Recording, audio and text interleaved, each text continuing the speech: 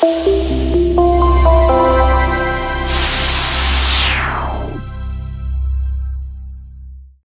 everybody, it's John Costigan, and I have a great video here for management. It doesn't matter if you're sales management, operations, marketing, all the way up to CEO.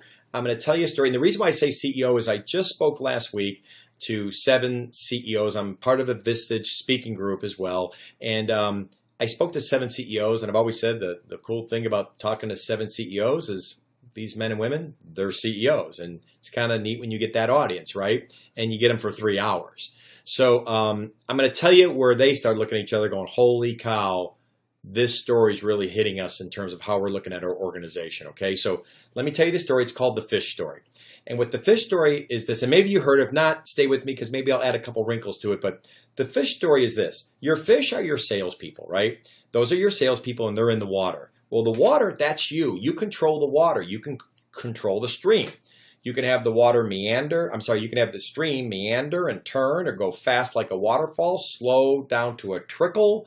The water could be dirty. The water can be clean.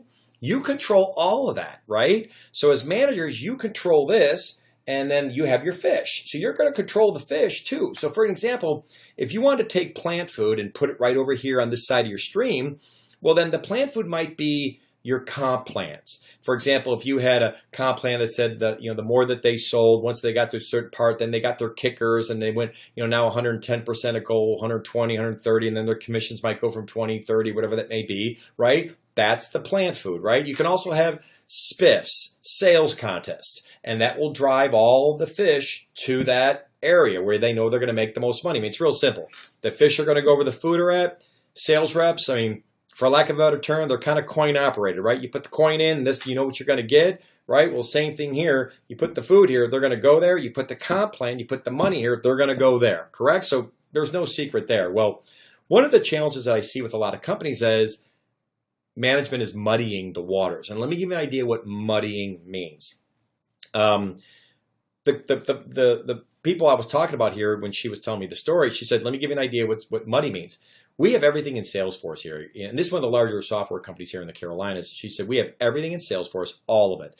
But apparently what's been happening is some of the sales reps have been taking the support people, like support engineers or software engineers, on the road with them. And then when they come back, sometimes they'll go, so how'd the call go? And the engineer's going, I don't even know why I was there, in case there was a question asked, but I hardly said anything. So management started saying, we're spending a lot of money having somebody take somebody with them, which probably wasn't even needed. So they stepped in. I think operations might have stepped in and said, hey, we're going to make you fill out this form. And on this form, it was a manual form. So it was either Word doc or Excel, but you had to fill out your name, the date, the company, the opportunity, why you want to bring this person. You had to fill all this stuff out. So meanwhile, it's taken all this time for a rep to do all this work just to bring someone with them on the road. And meanwhile, 90% of the whole opportunity and the stage and where it's at, it's all in Salesforce. So they're virtually making them duplicate all the work again manually. So that would be called muddying the waters. You're making the reps do a lot of work that maybe you really don't have to do, but somebody got upset about something, so you now got to fill this out. And that's probably very common what happens, right? And not to say who's right or wrong here, but it is what it is, okay? So at the end of the day, I bet you have a lot of things that might have you muddying the waters. Well, I mentioned this earlier where I said I was speaking with these 7 CEOs, right when I mentioned the moment about muddying the waters, and I said, if you have a lot of things that are going on that's not allowing your salespeople to truly sell, I said, what did they say? The average sales rep sells between 6.5 to 7 or 8 hours a week, depending on what survey you research.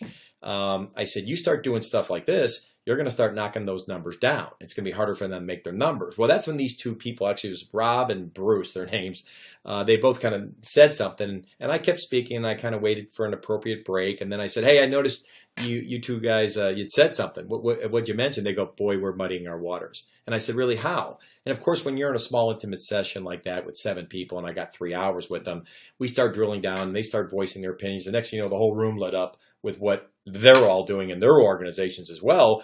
And it was amazing. I was like sitting there going, oh my gosh, I'm like 7 for 7. They're all talking about challenges they have in their company. And it was just specifically of what they're probably making their reps do that might be muddying the waters. So and now, by the way, before I get done here, let me finish this off. It's not just fish. So let me make sure you know the rest of this. So if you do go tell this to your managers or all the way up to the CEO, maybe you send this video off to your CEO, go, hey, take a look at this. What are your thoughts? Okay. So you have fish, but you also have turtles. Now, turtles, that's another type of salesperson, right? And that might be that salesperson that's maybe kind of methodical. They take their time. Maybe it's a B minus, C plus player, and you stick with them because they got the right attitude. They're loyal, and at the end of the day, they don't ruffle any feathers, and they get the job done. And maybe they're not hitting their number every year, but they're pretty good, right? And those are great. And then you have barracuda. Those are the people who drive you crazy, right? The barracudas. They're quick, they're fast, it's take no prisoners, they get the big deals, they bring in a ton of revenue, but they're a thorn in your side, they want to break the rules. I mean, every time when I said that to these CEOs, everybody's going, boy, we got one of those. Everybody's got one or two of those people that they're probably just a headache, but they bring in the money and they're the number one, number two reps. So you go, you almost sometimes look the other way, right? So you got barracudas in this water as well, okay? And then also you have dogs. Well, dogs can swim for a while. Then they got to get out. And how I look at dogs sometimes is people where they probably shouldn't be in sales. Maybe they should go somewhere else. I'm not saying, hey, go fire the dog.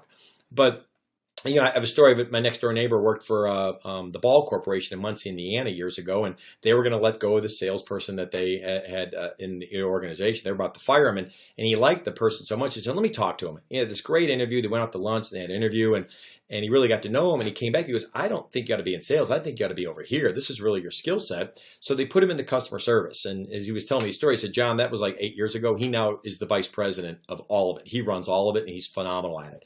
So sometimes it might not be about firing the rep. It's just about, hey, let's go find a place, because we all know it's hard to find good people. If you find a good one, especially where I'm at, if you find a good one, don't ever let them go. Find a home for them somewhere, because it's just hard to find good people, right? So at the end of the day, you now know the fish story, okay? Your fish are your sales reps. You can put the food where you want. You have the ability of making the stream any way you want. Try not to muddy it. And I can tell you, if you tell this story on and on, I mean, heck, you could probably tell this to your customers, and they might say, boy, do we muddy the waters here. Depending on what product you sell, if it's worth the conversation. If you can connect that story to what you may or may not do for your client. Maybe you're doing consulting. Maybe you're like me. Maybe you're doing training, right?